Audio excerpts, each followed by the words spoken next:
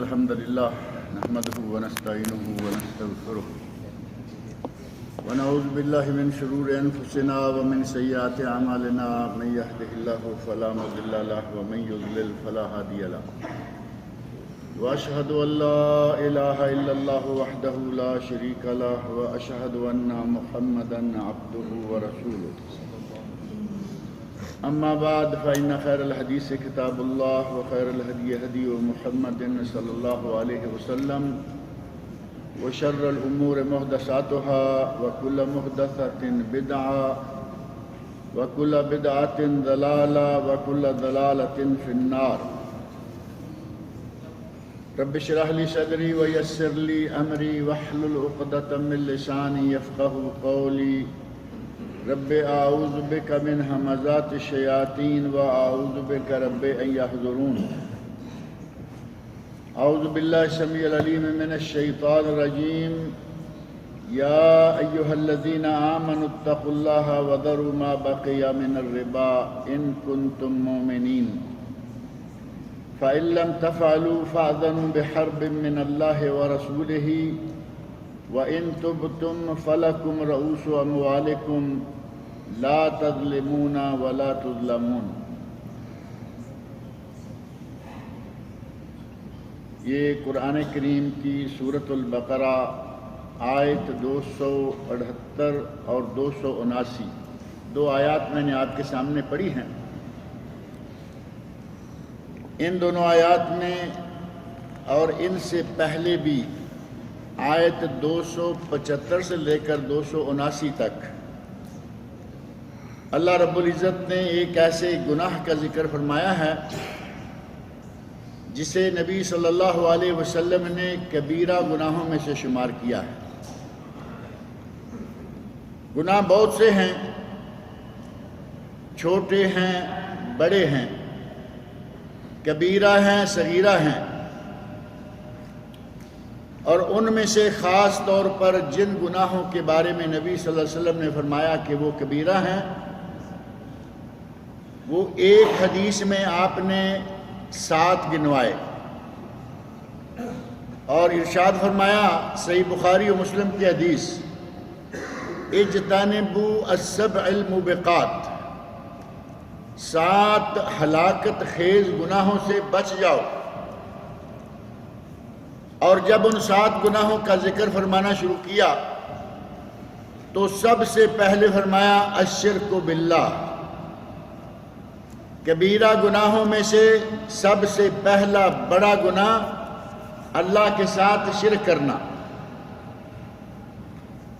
اور ایک حدیث میں آپ ارشاد فرماتے ہیں الا انبئکم عن اکبر الکبائر، اے لوگو میں تمہیں کبیرہ گناہوں میں سے بھی بڑے بڑے گناہوں کے بارے میں خبر نہ دوں؟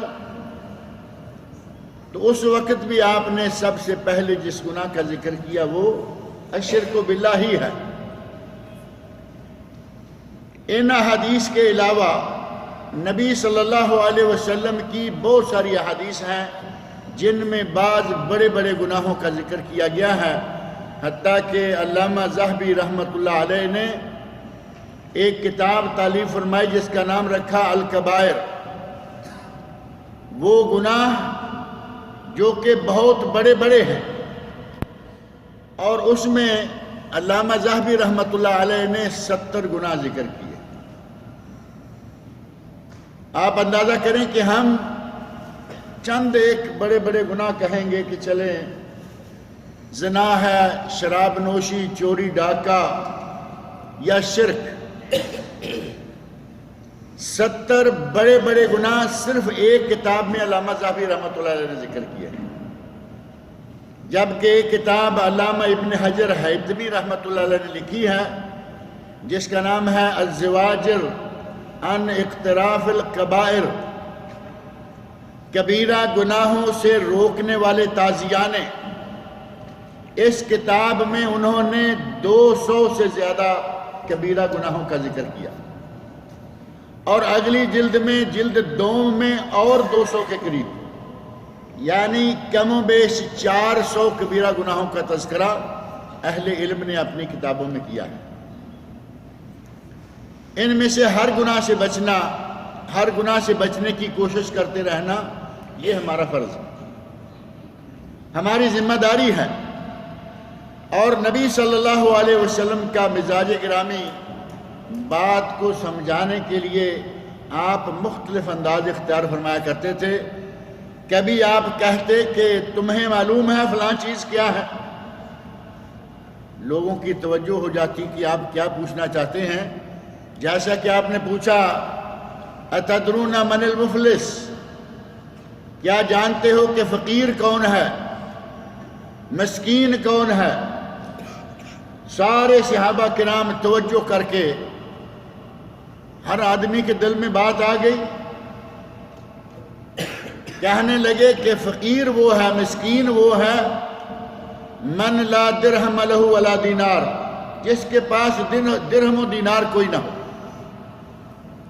آپ نے فرمایا مسکین وہ نہیں ہے جس کے پاس درہم و دینار نہ ہو، بلکہ مسکین وہ ہے یاتی یوم القیامہ، جو قیامت کے دن اس حال میں آئے گا کہ نیکیوں کا ڈھیر اس کے پاس موجود ہے۔ یہ نہیں کہ اس نے نیکیاں نہیں کمائیں، نیکیوں کا ڈھیر لگا ہوا ہے، لیکن اس کی حالت یہ ہے کہ نیکیاں بھی کرتا جاتا ہے، برائیاں بھی کرتا جاتا ہے۔ قد ضرب ھذا، اس آدمی کو مارا، وسفک دم ھذا، اس کا خون بہایا، اس آدمی کی ناجائز بلا وجہ بے عزتی کی، اس کی پگڑی اچھالی۔ فرمایا کہ جتنے بھی حقدار ہیں اللہ رب العزت ان کو ان کا حق ادا کرے گا، ان کی نیکیاں ان کے کھاتے میں جاتی رہیں گی، اور حقدار ابھی باقی ہوں گے اور نیکیاں ختم ہو جائیں گی۔ ابھی حقدار ختم نہیں ہوئے، نیکیوں کا پہاڑ ختم۔ فرمایا اب ان حقداروں کے گناہ اس کے نامہ اعمال میں ڈالے جانا شروع ہو جائیں گے، نتیجہ یہ ہوگا کہ بالآخر اسے اٹھا کر جہنم میں پھینک دیا جائے گا۔ نیکیاں بہت کی لیکن بالآخر جہنم میں گیا، کیونکہ برائیاں، ظلم اور زیادتیاں وہ بھی بہت کرتا رہا۔ اسی طرح نبی اکرم صلی اللہ علیہ وسلم نے مختلف مواقع پر مختلف انداز اختیار فرمائے۔ آپ کی ایک عادت مبارکہ یہ تھی کہ آپ نماز سے فارغ ہوتے، خاص طور پر فجر کے بعد، رات کو سوتے ہیں، اور اس وقت کا دور نبی صلی اللہ علیہ وسلم کا عہد مبارک، صحابہ کرام رضی اللہ عنہم کا دور، عشاء کی نماز پڑھی اور سو گئے۔ آج کا دور نہیں تھا کہ ساری رات جاگ رہے ہیں، عشاء پڑھی سو گئے، تہجد کے لیے اٹھے، فجر کے لیے اٹھ گئے۔ اب ظاہر ہے کہ رات کو سوتے میں خواب آ جاتے ہیں۔ آپ کی عادت مبارکہ تھی کہ فجر کی نماز پڑھ کر عموماً آپ پوچھتے کہ کیا تم میں سے کسی نے خواب دیکھا ہے؟ کبھی ایسا ہوتا کہ کوئی بھی صحابی جو ہے وہ خواب نہیں دیکھے یا بیان نہیں کر رہا، صحابہ کرام رضی اللہ عنہم خاموش ہیں، تو نبی اکرم صلی اللہ علیہ وسلم اپنا خواب بیان کر دیتے جو آپ نے خود دیکھا ہوتا۔ اور آپ نے ارشاد فرمایا ہے کہ نبوت کا سلسلہ تو ختم ہو گیا، اب نبی تو بن کے آنے والا کوئی نہیں، کیونکہ فرمایا انا خاتم النبیین ولا نبی بعدی، میں آخری نبی ہوں، میرے بعد کوئی نبی نہیں آئے گا۔ یہ سلسلہ تو ختم ہو گیا، اب باقی کیا ہے؟ آپ نے فرمایا مبشرات، مبشرات ابھی باقی ہیں۔ خواب آ جائے، خواب میں اچھی چیزیں دیکھنے کو مل جائیں، کوئی جنتوں کی سیر کر رہا ہے، کوئی نبی صلی اللہ علیہ وسلم سے خواب میں ملاقات زیارت کر رہا ہے، کوئی حج و عمرہ طواف کر رہا ہے، یہ مبشرات ہیں، یہ اچھے خواب ہیں۔ اور نبی صلی اللہ علیہ وسلم نے فرمایا کہ اچھے خواب اللہ کی طرف سے ہوتے ہیں. اچھا خواب آئے تو سمجھیں کہ اس آدمی پر اللہ کا فضل ہے، اللہ کی عنایت ہے، اس کا خاص احسان ہے. اور فرمایا کہ خواب دوسری طرح کے بھی آتے ہیں اور وہ شیطان کی طرف سے ہوتے ہیں. اچھا خواب ہے تو اللہ کی طرف سے، اور اگر خواب برا ہے تو شیطان کی طرف سے. اور یقیناً خواب برے آتے ہیں. ایک آدمی اچھا خواب دیکھا، بیت اللہ میں گھوم رہا ہے، خوبصورت جگہ ہے سیر و سیاحت کی، وہاں گھوم رہا ہے، اور دوسرا آدمی خواب دیکھ رہا ہے، آگے آگے بھاگ رہا ہے، پیچھے کتا لگا ہوا ہے، پتہ نہیں کب پکڑ لے گا، چیر پھاڑ کے رکھ دے گا. کوئی خواب دیکھ رہا ہے کہ میں ڈوب رہا ہوں، مر رہا ہوں، کوئی کسی طرح کا. فرمایا یہ جتنے بھی برے خواب ہیں، کوئی اپنے کسی عزیز کو مرتے ہوئے دیکھ رہا ہے یا مرا ہوا دیکھ رہا ہے، عزیز زندہ ہے اور اس نے خواب میں دیکھا کہ وہ مر گیا ہے، اسے غسل دے رہا ہوں، اسے قبر میں اتار رہا ہوں، اور یہ سوتے میں ساری نیند پریشان خوابوں کے حوالے ہو گئی. آپ نے فرمایا یہ شیطان کی طرف سے ہوتا ہے. اچھا خواب آئے تو آپ کسی کو بتا سکتے ہیں، اور اگر برا خواب آئے تو نبی صلی اللہ علیہ وسلم نے فرمایا کہ آپ اسی وقت جیسے ہی ہوش آئے بائیں طرف منہ کریں اور 3 مرتبہ تھو تھو کریں اور اعوذ باللہ تعوذ، اعوذ باللہ پڑھیں، اعوذ باللہ من الشیطان، اعوذ باللہ من الشیطان الرجیم ومن شرہ، اعوذ باللہ من شرہ. یہ کلمات آپ نے سکھلائے کہ آپ یہ کہیں یا اللہ میں شیطان کے شر سے، اس برے خواب کے شر سے تیری پناہ مانگتا ہوں. اگر کسی نے برا خواب دیکھا، ہوش سنبھالتے ہی اس نے یہ کلمات کہہ لیے، آپ نے فرمایا اسے وہ برا خواب کوئی نقصان نہیں پہنچائے گا. اور اگر اس سنت پر عمل نہ کیا، نبی اکرم صلی اللہ علیہ وسلم کے ارشاد پر عمل نہ کیا، تو پھر احتمال ہے کہ وہ برا خواب اسے پریشان کرے. یہ بات خواب کی حد تک نہ رہے بلکہ حقیقت بن جائے. لہذا آپ نے یہ ادب بتایا کہ اگر برا خواب دیکھیں بائیں طرف توجہ کریں، 3 مرتبہ تو کریں اور 3 مرتبہ اعوذ باللہ من الشیطان الرجیم پڑھیں. آپ کو اس خواب کا کوئی نقصان نہیں ہوگا. اور فرمایا کہ یہ کسی کو نہ بتائیں، یہ خواب کسی کو نہ بتائیں. بعض لوگوں کی عادت ہوتی ہے کہ ایسے ہی کوئی خواب دیکھا تو بیان کرتے پھر رہے ہیں، کسی کو نہ بتائیں. اگر کوئی پریشان کرنے والا خواب دیکھ لیا ہے تو کسی صاحب علم سے بات کریں جو اس کے بارے میں کچھ صحیح آپ کو تعبیر بتا سکے. اور خواب کا تعلق تعبیر سے بھی ہوتا ہے. اگر کوئی کبھی کسی سے پوچھ لے کہ مجھے یہ خواب آیا ہے اور خواب کوئی ڈراؤنا قسم کا ہو، تو خواب کی تعبیر کے بھی آداب ہیں کہ یہ نہیں کہ اسے کہیں کہ تم تو اب مارے گئے، تیرا تو یہ ہو جائے گا، تیرا تو وہ ہو جائے گا. نہیں، آپ کو اپنی زبان سے بات کرنے سے پہلے 1000 بار سوچنا چاہیے کہ میں کیا کہنے جا رہا ہوں. آپ نے فرمایا کہ خواب کا تعلق اس کی تعبیر کے الفاظ کے ساتھ جڑا ہوا ہوتا ہے. خواب آیا، آدمی نے بائیں طرف منہ کر کے تھوکا، اعوذ باللہ من الشیطان الرجیم ومن شرہ ہی پڑھا، بات ختم ہو گئی، انشاءاللہ کوئی نقصان نہیں ہوگا. آپ مختلف آدمیوں کے سامنے بات کر رہے ہیں اور ان میں سے کوئی آپ کو کہہ دیتا ہے کہ آپ کا یہ نقصان ہونے والا ہے، آپ کو یہ ہو جائے گا. پہلے شاید ہونا تھا یا نہیں، اب ہو جائے گا. لہذا نبی صلی اللہ علیہ وسلم کے بتائے ہوئے خواب کے اور تعبیر کے آداب کو ذہن میں رکھنا چاہیے اور ان پر عمل کرنا چاہیے تاکہ ہمیں کوئی نقصان نہ ہونے پائے. نبی اکرم صلی اللہ علیہ وسلم کو خواب میں دیکھ لینا یہ ممکن ہے، لیکن پہچان لینا کہ یہ نبی صلی اللہ علیہ وسلم ہی ہیں یہ اتنا ممکن نہیں ہے. میں نے ایک آدمی کو دیکھا ہی نہیں اور خواب میں آ گیا. ساتھ والے نے کہا کہ یہ فلاں آدمی ہے. میں پہچان سکتا ہوں؟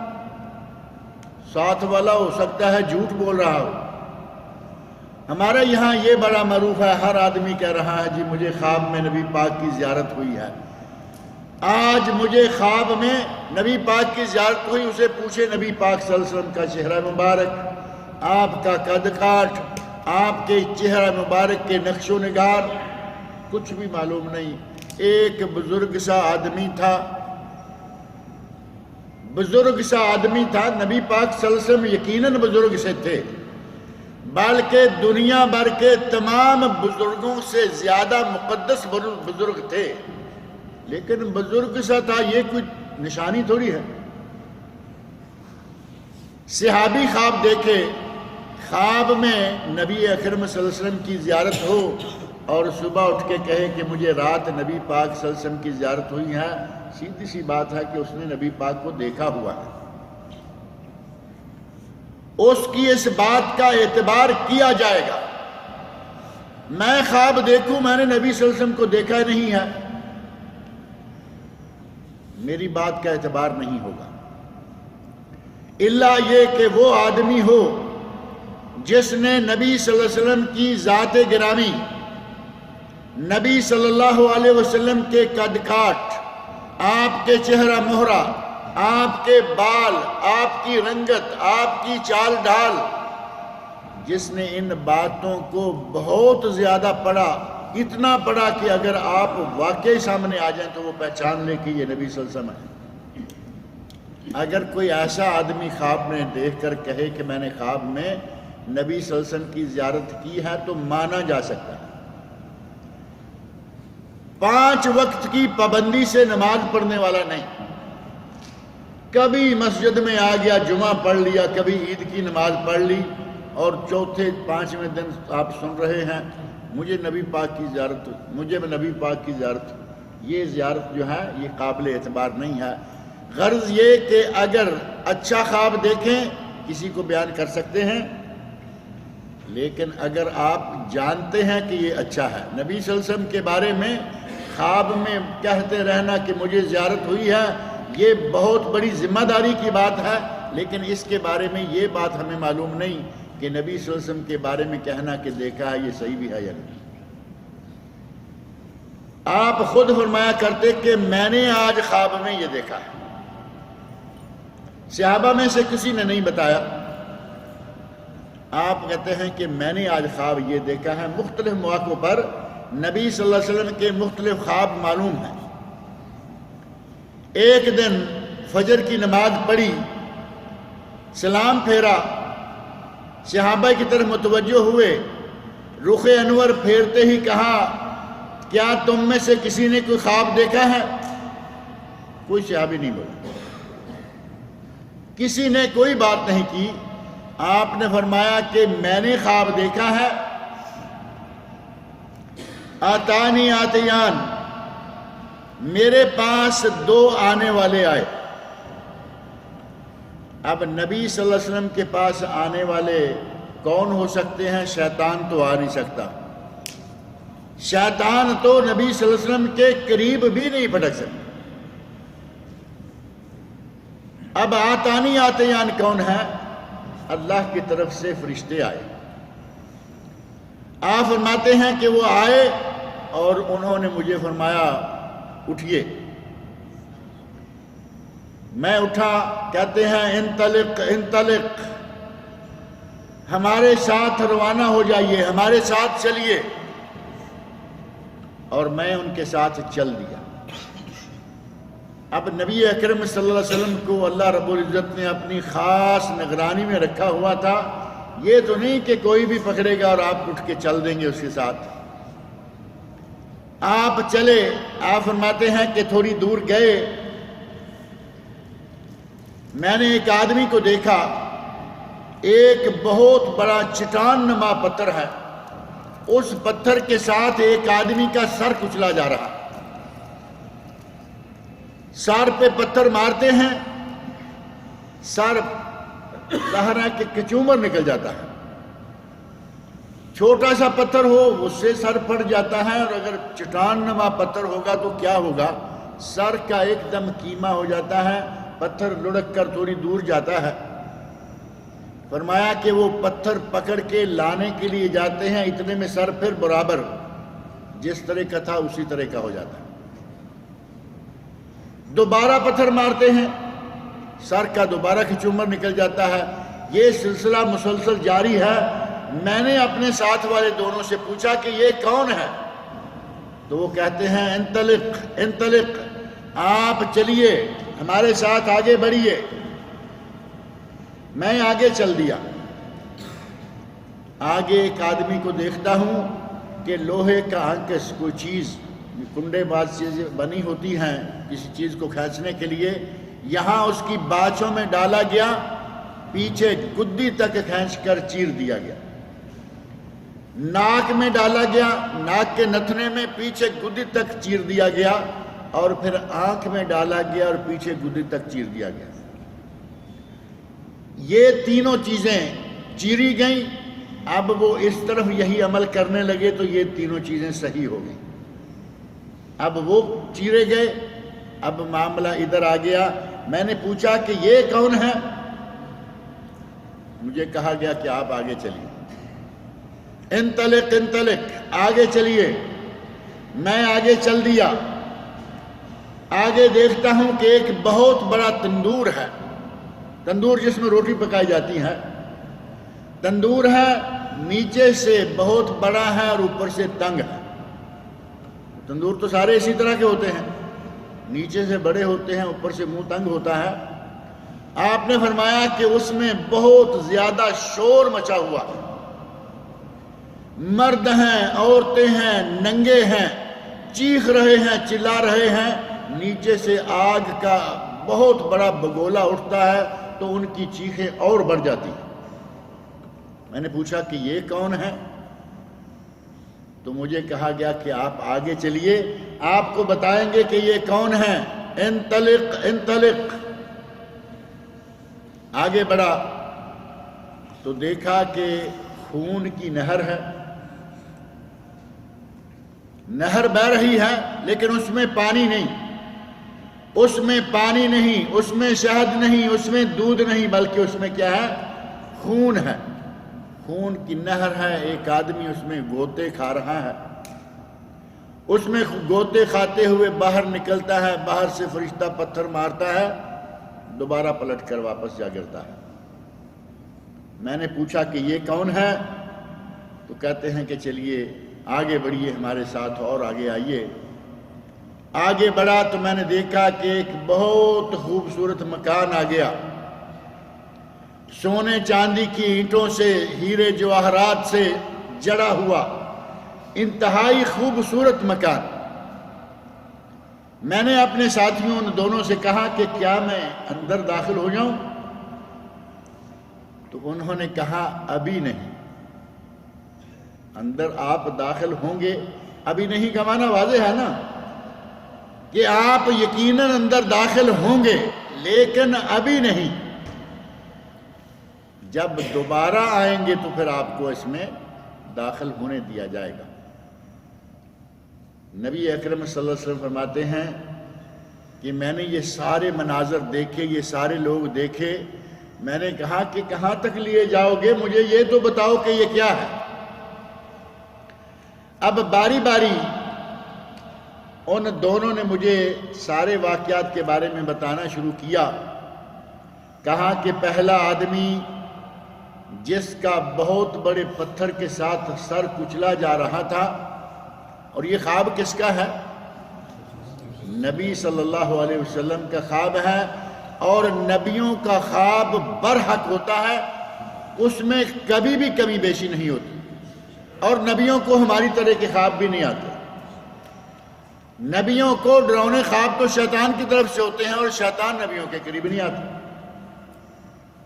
فرمایا کہ یہ آدمی جس کا سر کچلا جا رہا تھا، یہ وہ تھا جس نے قرآن پڑھا اور پھر اسے پشے پست ڈال دیا۔ نماز کی اذان ہوتی، یہ سویا ہوا ہوتا، اقامت ہوتی سنتا سویا ہوا ہے، نماز کا وقت گزر گیا اور یہ سویا ہوا ہے۔ فرمایا یہ وہ آدمی ہے جس کا دماغ، جس کا سر نماز کے بارے میں لاپرواہ تھا، آج اس کو یہ سزا دی جا رہی ہے۔ نمازوں کو ترک کرنا اور نماز باجماعت کو ترک کرنا، نبی صلی اللہ علیہ وسلم نے اس آدمی کی یہ سزا بتائی کہ اس کی یہ سزا ہے اور یہ مسلسل چلتی رہے، اس کا سر کچلا جاتا رہے گا۔ اور ہم اندازہ کر کے دیکھ سکتے ہیں کہ ہمارا نمازوں کے بارے میں کیا حال ہوتا ہے۔ اب دوسرا آدمی جس کی باچھیں، جس کے نتنے اور جس کی آنکھیں تینوں باری باری ادھر سے اور پھر تینوں باری باری ادھر سے چیری جا رہی ہیں، پوچھا کہ وہ کون تھا؟ فرمایا یہ آدمی وہ تھا، انہوں نے بتایا کہ یہ وہ شخص ہے جو جھوٹ بکتا رہتا تھا، جھوٹ بولتا، ضرورت پر بھی بولتا، بلا ضرورت بھی بولتا، کسی جھوٹ کے عوض میں کچھ دنیاوی فائدہ ہوتا ہے تب بھی بولتا، کوئی فائدہ نہیں ہوتا تب بھی بولتا۔ ایسے کچھ لوگ ہیں نا، کوئی معنی نہیں، کوئی بات نہیں، جھوٹ بولے چلے جا رہے ہیں۔ نبی اکرم صلی اللہ علیہ وسلم نے فرمایا اس آدمی کے لیے ہلاکت ہے، ویل ہے، بربادی ہے، جو آدمی جھوٹ بولتا ہے، وَلَوْ كَانَ مَازِحًا، اگرچہ وہ محض مذاق سے ہی کیوں نہ جھوٹ بول رہا، مذاق سے جھوٹ بول رہا، لوگوں کو ہنسانے کے لیے جھوٹ کہہ رہا ہے، اور اگر جھوٹ کے عوض میں اسے کچھ دنیاوی مال و دولت بھی ملنے والا ہو تو اس کا معنی یہ ہوا کہ وہ کوئی مذاق بھی نہیں، وہ تو باقاعدہ کمائی کا ذریعہ جھوٹ بول کر اس سے کچھ کما رہا، یہ اس سے بھی بڑا گناہ۔ اور فرمایا ہلاکت و بربادی ہے اس آدمی کے لیے جو محض لوگوں کو ہنسانے کے لیے، مذاق کے لیے جھوٹ بولے چلا جا رہا۔ نبی اکرم صلی اللہ علیہ وسلم نے اپنے ایک ارشاد میں فرمایا کہ آدمی جھوٹ بولتا ہے، جھوٹ بولتا ہے، جھوٹ بولنے کا عادی ہو جاتا ہے، حتی یکتب عند اللہ من الکاذبین، یہاں تک کہ وہ اللہ کے یہاں جھوٹے لوگوں میں لکھا جاتا ہے۔ اور جھوٹ سے بچنے کی بہت کوشش کرنی چاہیے۔ جھوٹ یہی نہیں جو میں ذکر کر رہا ہوں، جھوٹ نبی صلی اللہ علیہ وسلم نے ایک اور بتایا ہے۔ فرمایا کہ ادھر سے سنی اور آگے نشر کر دی، نہ تحقیق، نہ بحث، نہ تمحیص، یہ سوچا ہی نہیں کہ یہ بات جو مجھے پہنچی ہے یہ صحیح بھی ہے یا نہیں۔ نبی صلی اللہ علیہ وسلم کا ارشاد ہے کفا بالمرء کذبا، کفا بالمرء کذبا ان یحدث بکل ما سمع، کسی آدمی کے جھوٹا ہونے کے لیے یہی کافی ہے کہ ہر سنی سنائی بات وہ آگے کرتا چلا جائے۔ اور آج کل یہ گناہ کرنے کے بہت سارے ذرائع اور آسان ذرائع نکل آئے ہیں، تحقیق نہیں، کچھ نہیں۔ پچھلے دنوں بھی میں یہاں ذکر کر رہا تھا، یہ مسجد مصعب بن عمیر میں میسج آ گیا ہمیں واٹس ایپ میں میسج ہے، جھوٹ کا پلندہ ہے، وہ الف سے لے کے یا تک اس میں کوئی چیز صحیح نہیں، سارا جھوٹ ہے۔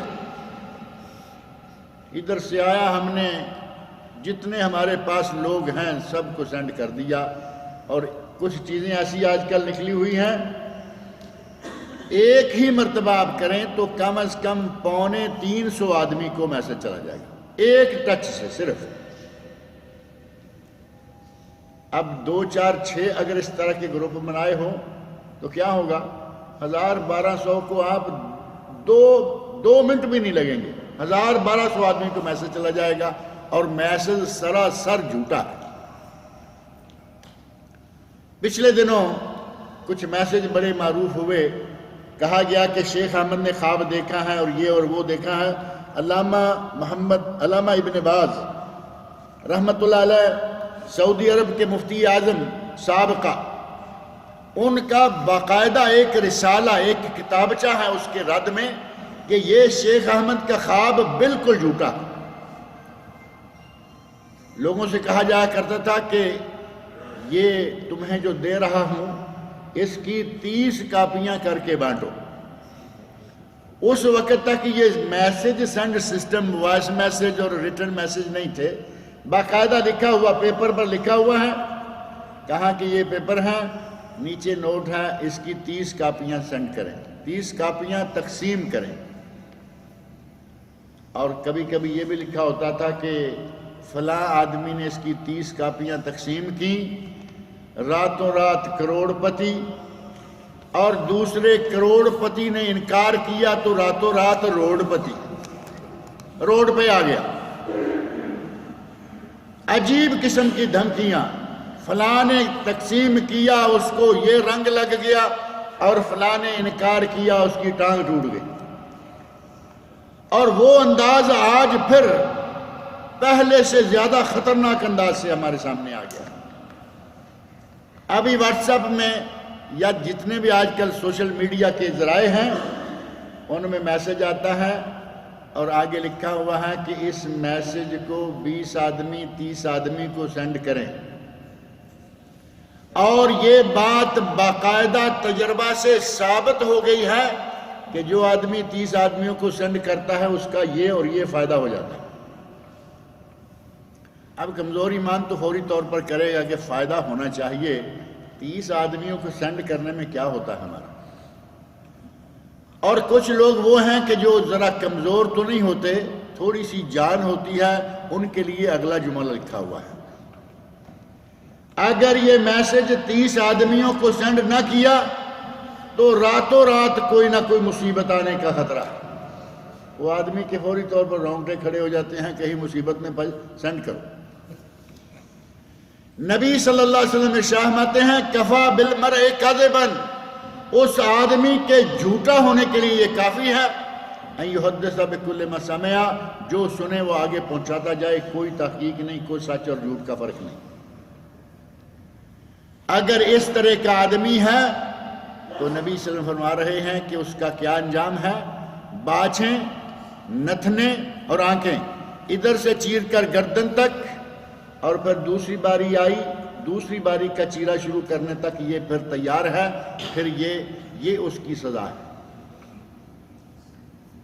اور نبی صلی اللہ علیہ وسلم کا خواب ہے جس کے جھوٹ ہونے میں، غلط ہونے میں سوچنا بھی منع ہے۔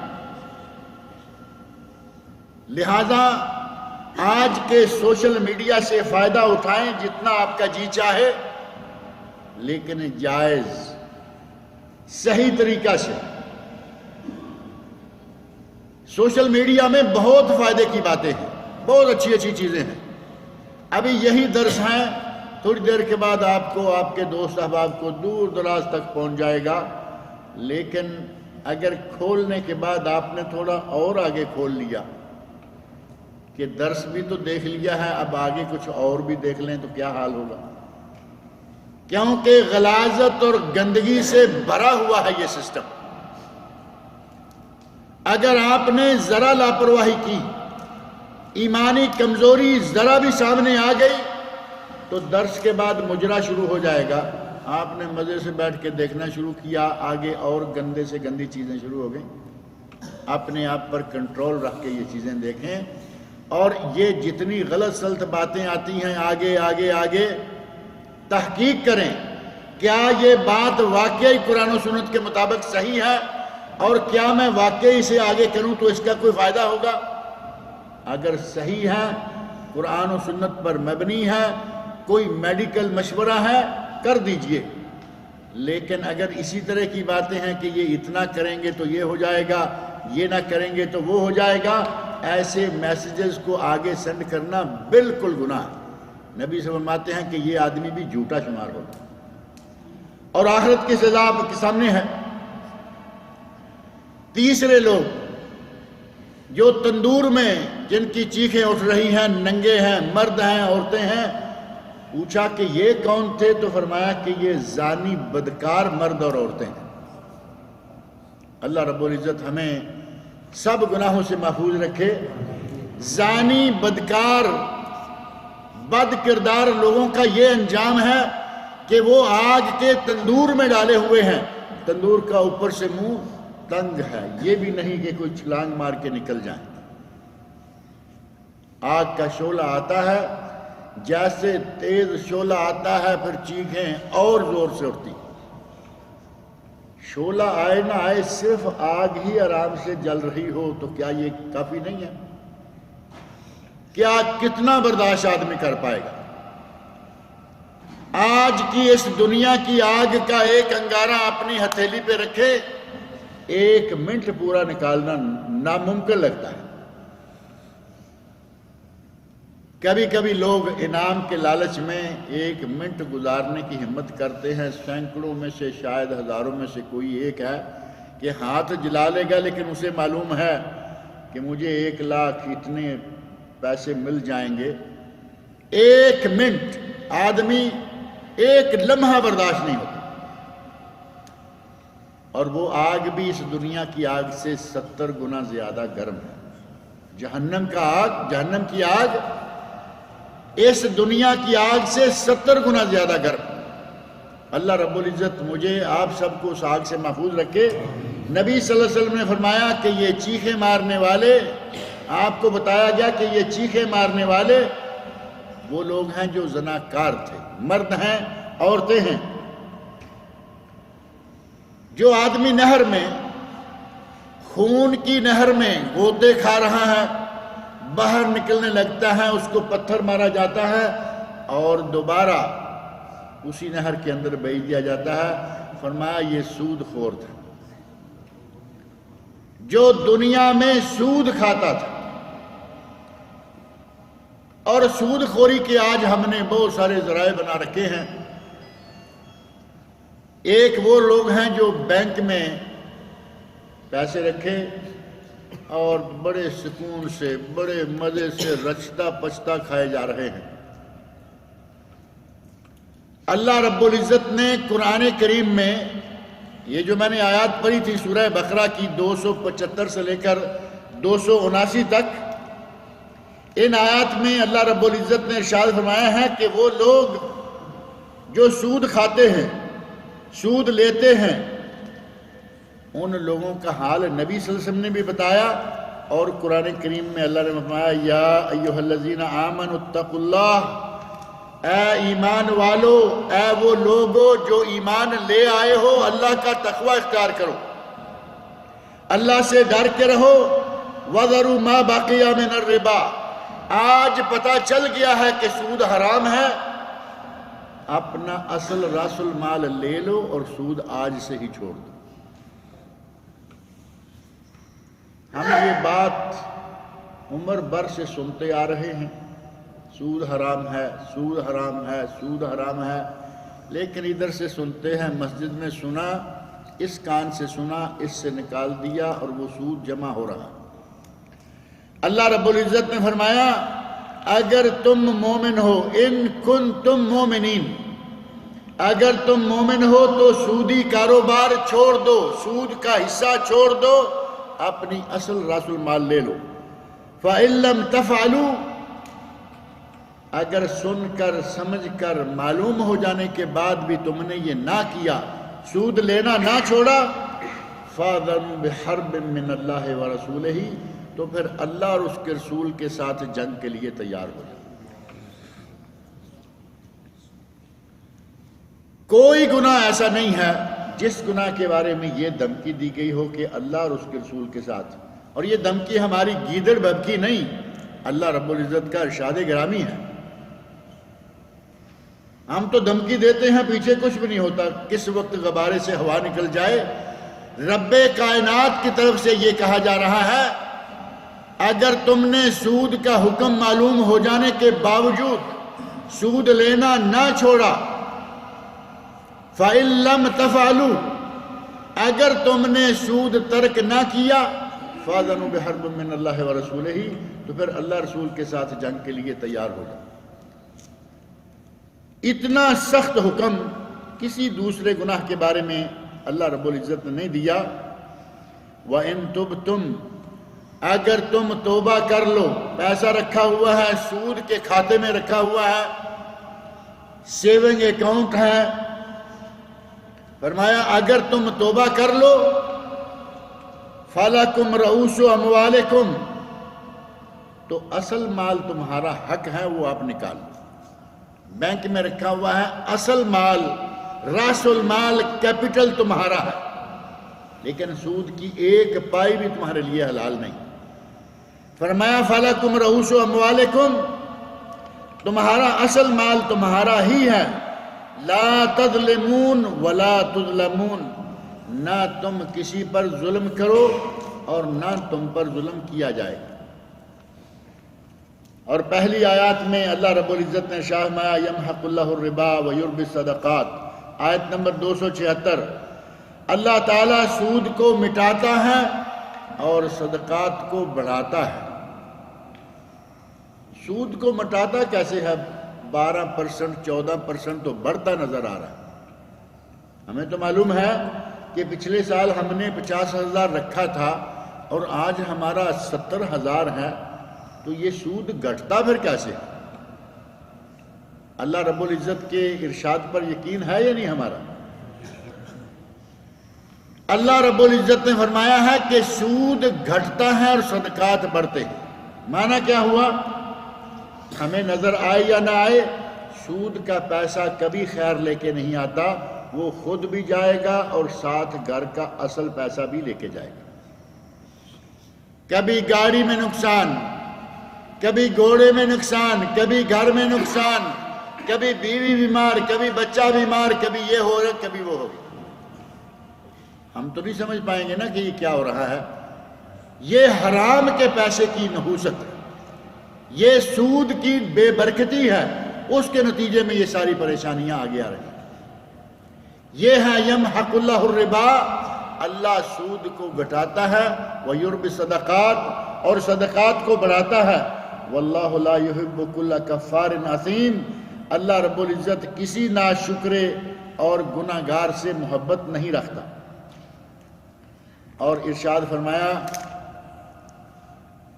الذین یاکلون الربا، وہ لوگ جو سود کھاتے ہیں، لا یقومون الا کما یقوم الذی یتخبطہ الشیطان من المس، وہ اس طرح اٹھیں گے قیامت کے دن محشر کے میدان میں، وہ اس طرح اٹھیں گے جیسے کسی کو شیطان نے چوکا مارا۔ اٹھنا وہ کیا ہوگا؟ محشر کا میدان ہے، پوری کی پوری انسانیت وہاں کٹھی ہے، اور اس کے اٹھنے کا انداز اسپیشل ہے، ہر آدمی کو معلوم ہے کہ یہ سود خور اٹھ رہا ہے۔ لا یقوم الا کما یقوم الذی یتخبطہ الشیطان من المس، یہ اس طرح کھڑا ہوگا جس طرح کے شیطان چھو کر کسی کو خبتی بنا دے۔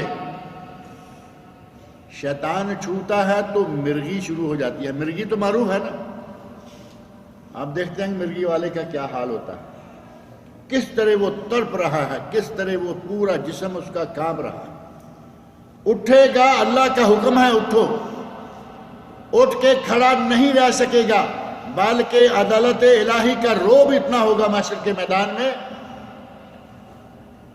گھٹنوں کے بر گر جائیں گے سارے لوگ، اور کچھ لوگ اللہ کے اس عدالت کے روب سے گھٹنوں کے بل گرے ہوئے ہیں، اور ان میں سے سود خور اتنا بھی نہیں کر پائے گا، بلکہ وہ راشہ زدہ، وہ اس بیماری میں، اس انداز میں مبتلا ہوگا کہ جیسے کسی کو شیطان نے مس کر کے اسے خبتی بنا دیا۔ اللہ رب العزت نے اتنی سخت وعید سنائی، نبی اکرم صلی اللہ علیہ وسلم نے اتنی سخت وعید سنائی، لیکن ہم اپنی جگہ پہ قائم ہیں، بلکہ اس میں اور ڈال رہے ہیں، اسی کھاتے میں اور بڑھا رہے ہیں، اور کئی لوگ تو بڑے مطمئن ہو کے بیٹھ جاتے ہیں، 50,000 60,000 جمع کرا دیا ہے، ہر مہینے 2,500 3,000 آ رہا ہے، کمپنی کی سروس رہے نہ رہے پرواہ نہیں، جو گاڑی چلا رہے ہیں چلتی ہوئی ملے نہ ملے پرواہ نہیں، بڑے مطمئن بیٹھے ہیں کہ ہمیں ہر مہینے تنخواہ سے زیادہ پیسہ آ رہا ہے. اور وہ کون سا پیسہ آ رہا ہے؟ سود کا پیسہ، جو کہ سراسر حرام ہے، جس کے لینے پر اللہ رسول کے ساتھ جنگ کا اعلان ہے. اس پیسے پر ہمارا بھائی بڑا خوش ہے، اور آخرت میں اس کا انجام جو ہونے والا ہے وہ نبی اکرم صلی اللہ علیہ وسلم نے اپنے ارشاد میں بتا دیا ہے. یہ سارے کبیرہ گناہ ہیں، 70 میں سے اور 450 میں سے یہ 2 3 ایک خواب کے اندر نبی اکرم صلی اللہ علیہ وسلم بتائے کہ ان لوگوں کا یہ انجام ہو رہا ہے. آگے مکان آ گیا، فرمایا کہ ابھی نہیں، جب دوبارہ آئیں گے تو اس میں داخل ہونے کا موقع دیا جائے گا. وہ اشارہ تھا نبی اکرم صلی اللہ علیہ وسلم کی وفات کا کہ ابھی نہیں، آپ فوت ہوں گے، وفات پائیں گے، اگلی زندگی میں آئیں گے، یہ مکان آپ کا. اللہ رب العزت ہمیں کبیرہ صغیرہ تمام گناہوں سے محفوظ رکھے. اللہ رب العزت مجھے اور آپ سب لوگوں کو جہنم سے محفوظ رکھے. اللہ تعالیٰ نیک عمل کرنے کی توفیق عطا فرمائے. پچھلے جمعے کے سوالات آپ کے پاس تھے یا کسی کو دیے تھے؟ کسی کے پاس ہیں؟ فرحان صاحب وہ خود نہیں آئے. چلیں کل ان سے امید ہے انشاءاللہ ملاقات ہوگی، یا جس سے کہ ملیں وہ ان سے لے لیں تاکہ کم از کم اگلے جمعہ میں انشاءاللہ ذکر کریں.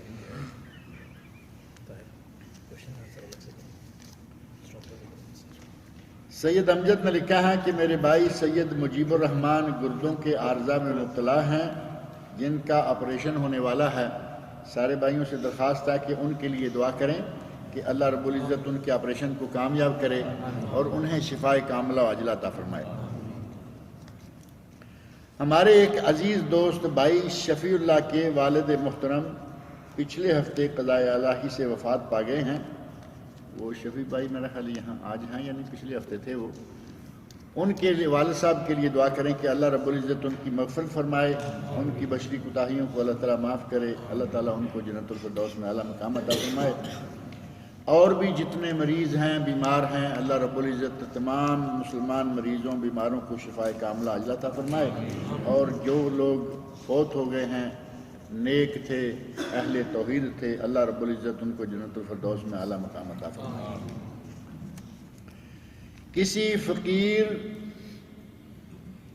یا پیر، کسی پیر فقیر یا نبی کا وسیلہ اور نبی کے وسیلے سے دعا کرنا، یعنی نبی، پیر یا فقیر کسی کے وسیلے سے دعا مانگنے کے بارے میں پوچھ رہے ہیں. اس سلسلہ میں بہت تفصیلات ملتی ہیں کتب حدیث میں، قرآن کریم میں، اور بہت بہترین کتابیں اردو میں موجود ہیں. وسیلہ کی حقیقت ایک کتاب ہے، ذرا چھوٹی ہے، اور ایک کتاب تقریباً یہ جو اس ٹیشو کے ڈبے کا سائز ہے تقریباً اتنے موٹے یا اس سے ذرا تھوڑے چھوٹے، لیکن یہ کتابی سائز ہندوستان سے، بامبے سے، الدارالسلفیہ سے مولانا محمد مختار ندوی رحمۃ اللہ علیہ نے چھپوائی تھی، جس میں شیخ ابن باز رحمۃ اللہ علیہ، علامہ محمد ناصر الدین البانی رحمۃ اللہ علیہ اور بعض دیگر علماء کے رسائل کو جمع کیا گیا. انتہائی بہترین کتاب ہے. علامہ ابن تیمیہ رحمۃ اللہ علیہ کا رسالہ بھی شامل ہے. ان میں بڑی تفصیلات موجود ہیں. اب ان کا خلاصہ آپ کے سامنے رکھ دیتے ہیں کہ اگر نبی، ولی یا پیر، ولی اور فقیر کو تو چھوڑ دیں، اگر نبی کا وسیلہ جائز ہوتا تو سب سے پہلے وہ وسیلہ کون لیتے؟ صحابہ کرام لیتے، جن کی آنکھوں کے سامنے نبی صلی اللہ علیہ وسلم نے وفات پائی، جن کے مابین نبی صلی اللہ علیہ وسلم چلتے پھرتے رہے. حضرت عمر فاروق رضی اللہ عنہ کے عہد مبارک میں قحط سالی ہو گئی، بارش نہیں ہو رہی. قحط سالی کے نتیجہ میں فاقے کی نوبت آنے لگی. صحابہ کرام رضی اللہ عنہ حضرت عمر فاروق رضی اللہ عنہ کے پاس گئے اور جا کے کہا، امیر المومنین قحط سالی ہے، بارش نہیں ہو رہی. اللہ رب العزت سے بارش کی دعا مانگی. حضرت عمر فاروق رضی اللہ عنہ اٹھے اور کہاں گئے؟ آپ کو معلوم ہوگا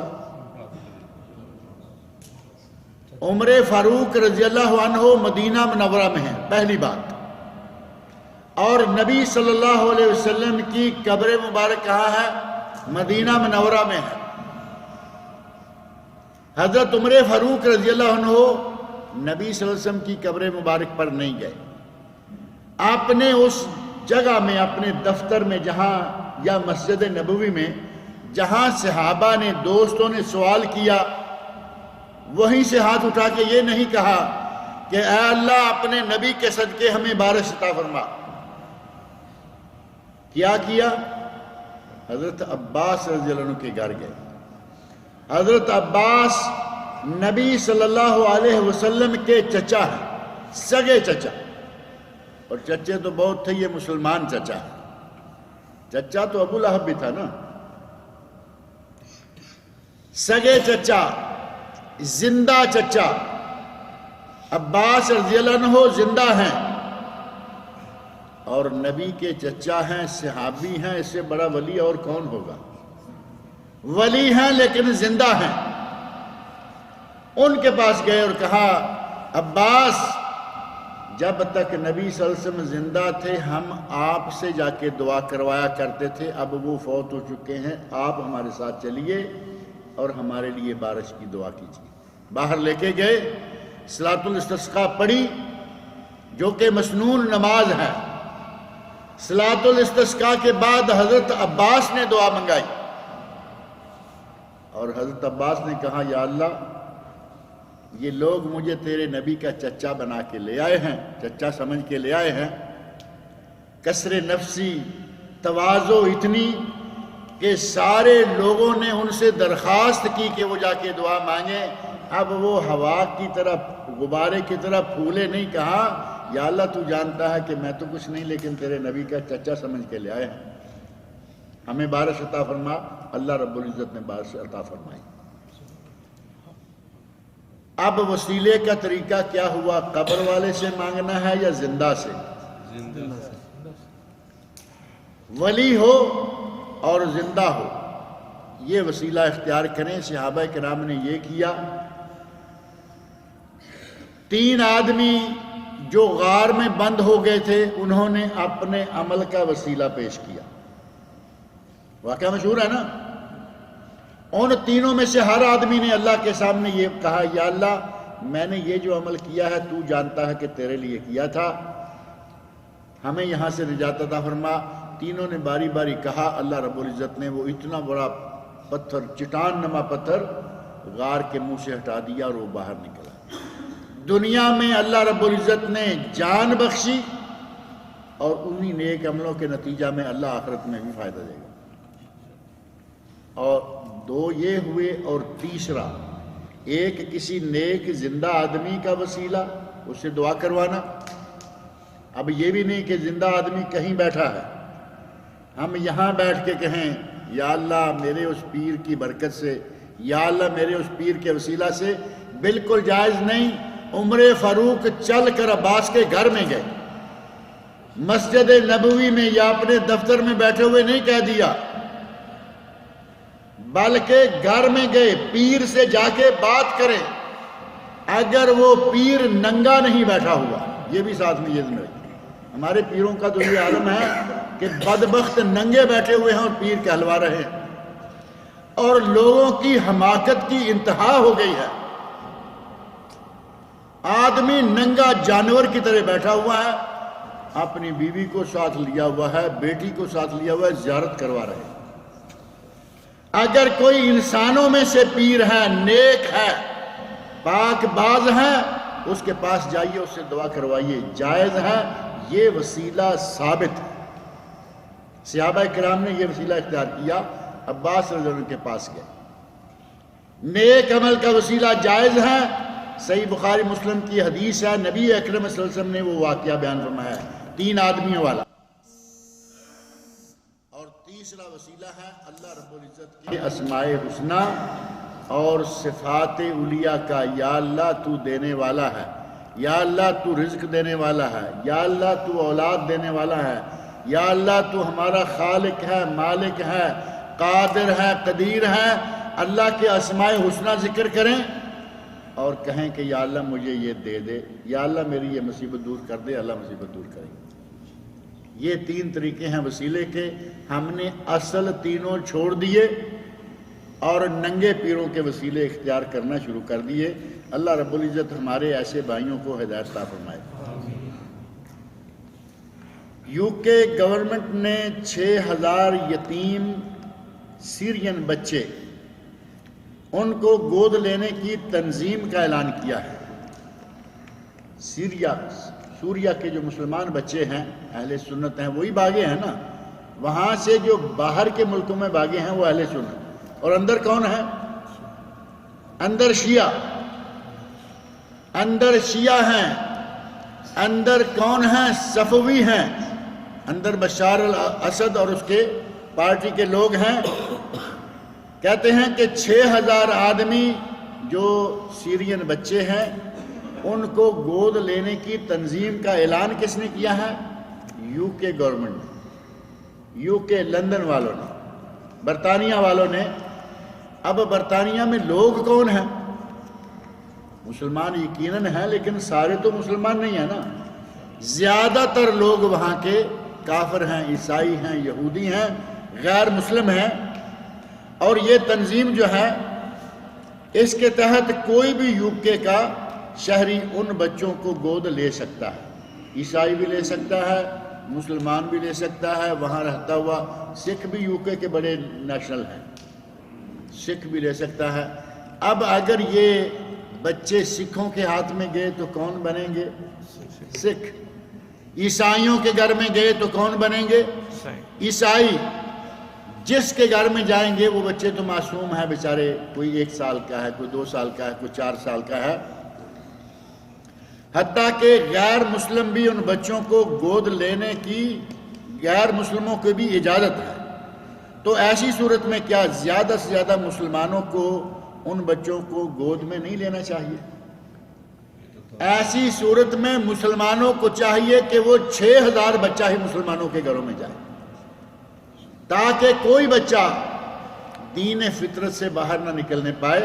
لیکن ان کا کوئی قصور نہیں ہوگا اگر کسی عیسائی کے گھر میں چلے گئے، عیسائی ہو گئے، کیونکہ اس کو تو جیسا پالا جا رہا ہے ویسا ہو جائے گا۔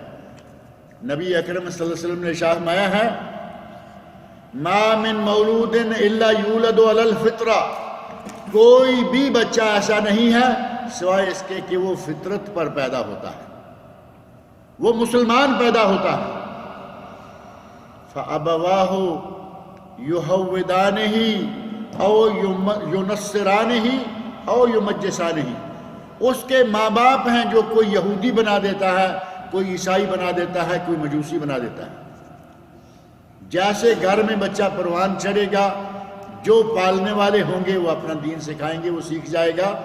اگر یہ 6000 بچہ یو کے میں ہے، ہماری آواز اگر کسی بھی طریقہ سے وہاں پہنچ سکے تو ہماری درخواست ہے کہ 6000 بچوں میں سے کوئی بچہ کسی کافر گھر میں نہ جانے پائے۔ مسلمانوں کو اپنی یہ ذمہ داری پوری کرنی چاہیے کہ ان بچوں کو اپنی گود میں لیں، ان بچوں کو اڈاپٹ کریں، ان بچوں کی صحیح اسلامی تربیت کریں، ان بچوں کو سچا پکا مسلمان بنائیں جو اسلام کی خاطر یہ ساری سزائیں بھگت رہے ہیں۔ ماں باپ اسلام کی خاطر شہید ہو گئے، ان کو اسلام کی خاطر نہ صرف اپنے گھر بلکہ اپنا ملک تک چھوڑنا پڑا۔ ان بچوں کو اگر غیر مسلموں کے گھروں میں جو اس وقت یو کے میں کام کر رہی ہیں، یا مسلمان ادارے یا مسلمان لوگ، وہ ان بچوں کو گود لیں اور اپنے گھروں میں لے آئے اور ان کو پالیں۔ اور ساتھ ہی یہ لکھا ہے کہ اگر کوئی آدمی اس بچے کو اپنی گود میں لیتا ہے، بچے کو اڈاپٹ کرتا ہے، تو اس کے شرعی آداب کیا ہیں؟ شرعی آداب قرآن کریم نے بیان فرما دیے ہیں، ادعوہم لآبائہم، ان بچوں کو ان کے باپوں کے نام سے پکارو۔ بچہ 4 سال کا ہے، 5 سال کا ہے، وہ کہہ رہا ہے کہ میرے ابا کا نام عبد الرحمن ہے، اس کا نام، اس کے باپ کا نام، اس کو ہمیشہ عبد الرحمن کا بیٹا کہیے۔ بچہ چھوٹا ہے، معصوم ہے، اسے معلوم ہی کچھ نہیں، تو اللہ رب العزت نے قرآن کریم میں فرمایا اگر تم اس کے باپ کو نہیں جانتے تو وہ کون ہے؟ وہ تمہارا بھائی ہے یا تمہارا دوست ہے، تمہارا بیٹا نہیں ہے۔ لہذا یہ جو ہمارے یہاں اڈاپٹ کرنے کا سسٹم ہے کہ کسی کا بھی بچہ لیا اور اپنا نام ڈال دیا، یہ شرعاً منع ہے۔ آپ بچے کا اصل باپ کے نام سے رکھیں، اڈاپٹ کرنے کی ذمہ داری آپ نے لی، اس کو کھلانا پلانا نہلانا دھلانا، اس کی تربیت کرنا، اس کو پڑھانا آپ کے ذمے، لیکن اس کو اس کے باپ کے نام رہنا۔ اور جس کا معلوم نہیں وہ آپ کا دوست ہے، آپ کا بھائی ہے، آپ کا بیٹا نہیں، اس کو کسی بھی طریقہ سے رکھے، لیکن مسلمان بچوں کو اپنے گھروں میں لیں اور ان کی تربیت کریں۔ اور یہ ذمہ داری نہیں بلکہ یہ وہاں کے لوگوں کا فرض بنتا ہے، وہاں کے لوگوں کا فرض ہے کہ کم از کم ان بچوں کو کافر ہونے سے بچا لیں۔ ہمارے پاک و ہند میں بہت سے نوجوان جو کرکٹ کھیلنے کے شوقین ہیں، وہ اس کھیل کی وجہ سے نمازوں کی پابندی سے محروم ہیں، حتیٰ کہ جمعہ کی نماز بھی اکثر چھوڑ دیتے ہیں۔ حد ہو گئی نا مسلمانوں کی، جمعہ کی نماز جو 8 دن کے بعد آتی ہے وہ بھی چھوڑ دیتے ہیں۔ کس کے لیے؟ کرکٹ کے لیے۔ اگر کرکٹ کے 2-4 شاٹ نکل جائیں گے تو ان کی جان نکل جائے گی، وہ شاٹ نہیں نکلنے چاہیے، جمعہ نکلتا ہے تو نکلتا رہے۔ کس حد تک مسلمان گر چکا ہے۔ کھیلنے والے انہیں پرواہ نہیں اور دیکھنے والے انہیں پرواہ نہیں۔ پتہ نہیں ہٹلر نے یا کس نے کہا تھا کہ 11 بیوقوف کھیلتے ہیں، سنا ہوا یا نہیں آپ نے؟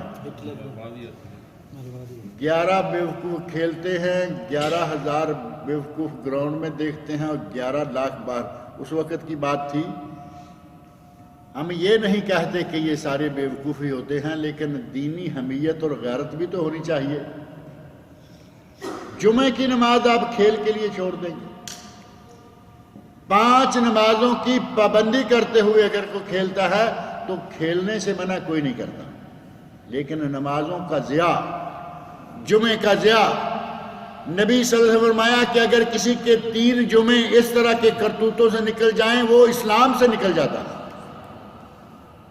3 جمعے مسلسل بلا عذر نکل جائیں وہ آدمی اسلام سے خارج ہو جاتا ہے۔ ہمارے نام عبد الرحمن عبداللہ اور کام سارے کے سارے کافروں والے حرکتیں، بے دینوں والی۔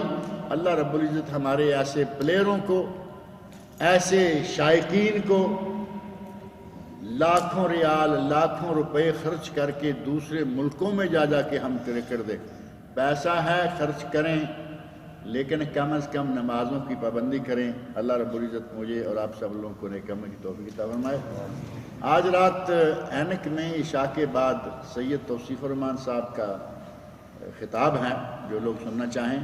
اینک مسجد معاذ بن جبل بالکل سمندر کے پاس یہ پڑتی ہے۔ اللہ تعالیٰ مجھے اور آپ سب لوگوں کو یہ مجھے نہیں